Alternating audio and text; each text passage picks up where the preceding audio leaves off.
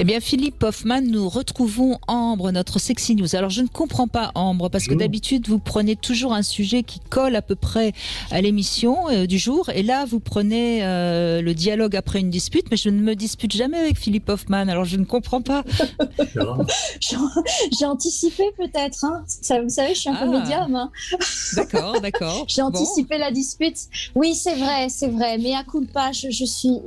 Philippe, je suis désolée. D'habitude, je prends toujours un sujet en adéquation avec le thème du jour. Mais là, j'ai pas trouvé. J'avoue que voilà. Et puis c'est en lien avec ce que je fais en ce moment. Donc j'avais envie aussi de faire un clin d'œil à un couple que je suis actuellement. En ce moment non, pas du tout. Je suis un couple en ce moment qui se dispute pas mal. Donc j'avais envie de leur faire une petite chronique. Et puis je trouve qu'il y en a pas mal de disputes en ce moment. Vous trouvez pas que les gens sont agressifs? Alors je sais pas, je suis pas dans toutes les maisons, dans tous les couples, mais je trouve que les gens sont un petit peu agressifs. Il y a 30% de plus de violence conjugale. Hein. Donc ça fait beaucoup. Voilà. Oui, mais là, c'est pas des disputes, les violences conjugales, c'est carrément de l'agressivité.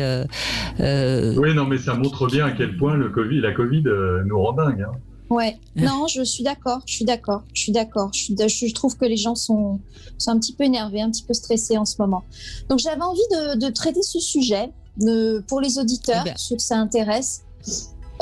Comment rétablir le contact, le dialogue après une dispute? En fait, je fais ça pour le bien de la planète, peut-être, parce que je veux que les couples ne se séparent pas trop vite. Et je voulais dire que oui, un couple, ça se dispute, c'est parfois nécessaire. Mais il est quand même possible de renouer le dialogue après, sans envenimer les choses. Et les disputes sont inévitables aussi, ça aussi, il faut le dire, parce que je voudrais quand même rajouter... Elles sont évitables, mais pour ça, il faut accepter les conflits et résoudre les conflits. C'est souvent parce qu'on ne résout pas un conflit que la dispute survient. Mais bon, ça, c'est presque le sujet d'une émission de 2 heures, non, Philippe Hoffmann? Ouais. Mais il est un fait que j'ai jamais connu de couple qui ne s'est jamais disputé. Hein. Donc je pense que ça arrive quand même. On est d'accord. Même Blanche-Neige et la Belle au bois dormant, hein, je pense, ont dû connaître ces choses, mais on ne nous les a pas racontées dans les contes de fées. Donc voilà. Les thèmes qui sont abordés dans les disputes, c'est souvent la même chose. On parle d'argent, on parle de jalousie, on parle de tâches ménagères, hein. On parle de projets, de désaccords sur les enfants, problèmes de sexualité aussi. Et il faut rétablir un contact après le clash. C'est pas chose aisée, donc je vais quand même donner quelques pistes. La première piste que je vais donner, c'est le fait de verbaliser son ressenti. Une fois que la tension est retombée, que la communication est plus apaisée, parce qu'il faut quand même laisser un temps de pause, il faut reparler de l'origine du conflit. L'idée, c'est que chacun exprime son ressenti pendant la dispute, enfin ce qui s'est passé pendant la dispute et après.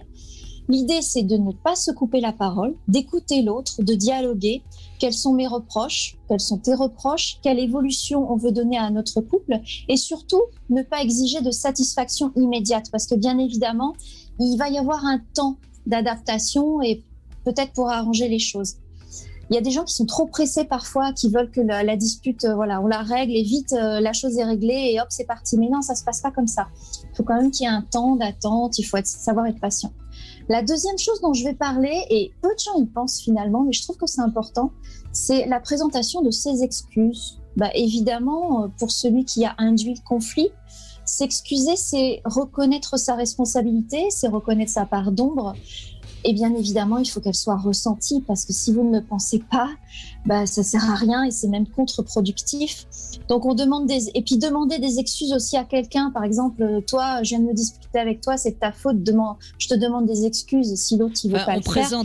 On présente ses excuses plutôt que le. Oui, c'est ça. Oui. Mais il faut pas demander les excuses à l'autre. C'est-à-dire qu'il faut que celui qui a insuffler la dispute présente ses excuses. Il ne faut pas qu'il y ait une demande de l'autre, en fait. Il faut vraiment qu'il y ait un vrai ressenti. La troisième chose dont je vais parler, c'est la réconciliation sur l'oreiller. Ça peut rétablir le contact après une dispute. Sujet que nous abordons vendredi. Voilà. La réconciliation sur l'oreiller, donc faire l'amour, bien évidemment. Hein. Alors, il faut quand même dire que c'est une technique plutôt masculine. C'est souvent le monsieur qui veut faire l'amour après la dispute. Il y a aussi des femmes, mais c'est quand même plus le monsieur. Et puis, il n'y a pas de miracle. Il n'y a pas de miracle. Après, c'est pas comme si le monde est rose juste après. Mais finalement, ça apaise les tensions.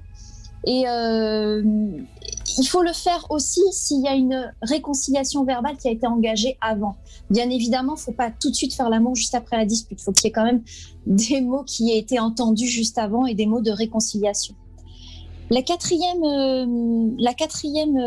piste que je vais donner pour rétablir le contact après une dispute, c'est laisser un temps de pause. Et ça aussi, les gens ne pensent pas forcément. Parfois, on veut tout de suite régler les choses. Et je pense que c'est nécessaire de laisser un temps de pause.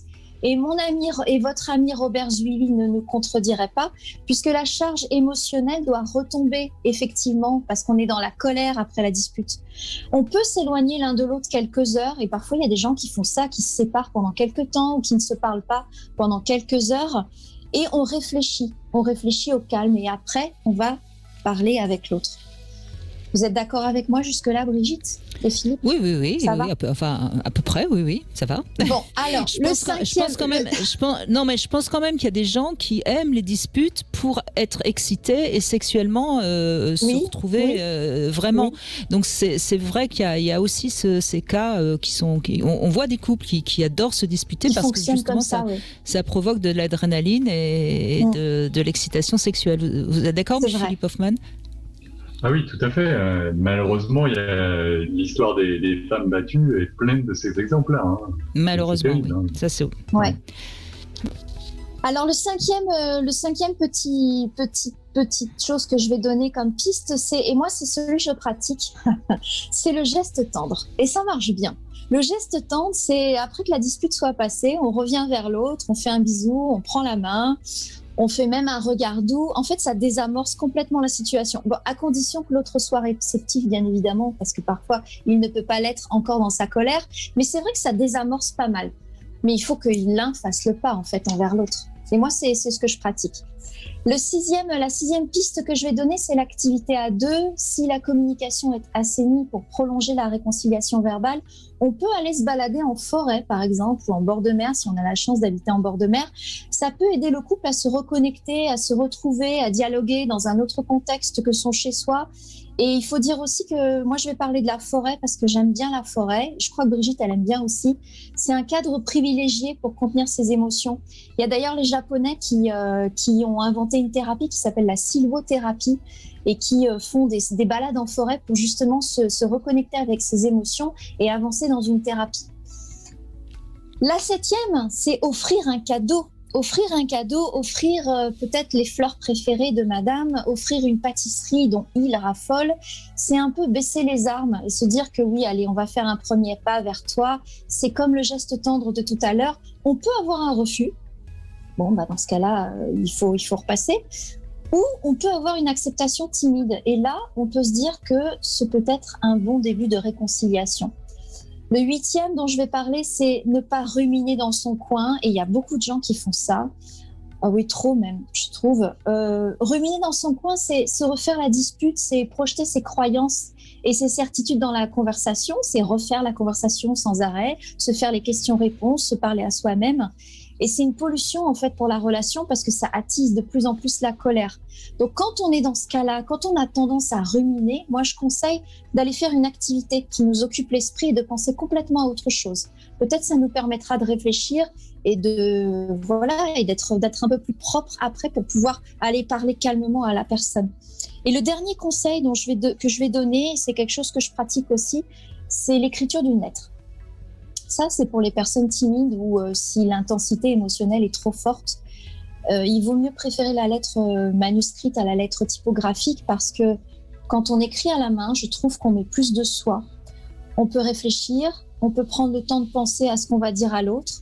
Et puis, avec nos mots, on va lui dire sans l'accuser, ça c'est très important, qu'on va revenir sur le sujet déclencheur du clash, on va exprimer ses ressentis au moment de la dispute, on va avouer peut-être sa part de responsabilité, exprimer ses peurs, ses doutes, ses désaccords sur le sujet et enfin proposer peut-être une solution au problème.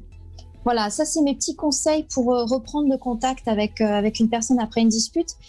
Et si, en conclusion, j'ai envie de dire que si avec tous ces conseils ou avec d'autres que vous pourriez ajouter, Brigitte ou Philippe, vous n'arrivez pas à réussir à rétablir le contact, c'est peut-être que vous ne voulez pas vraiment vous réconcilier avec la personne, et ça c'est important de le comprendre, mais il faut aussi comprendre pourquoi. Et voilà, et ça, c'est ma chronique dédiée à un couple que je suis en thérapie actuellement. Voilà.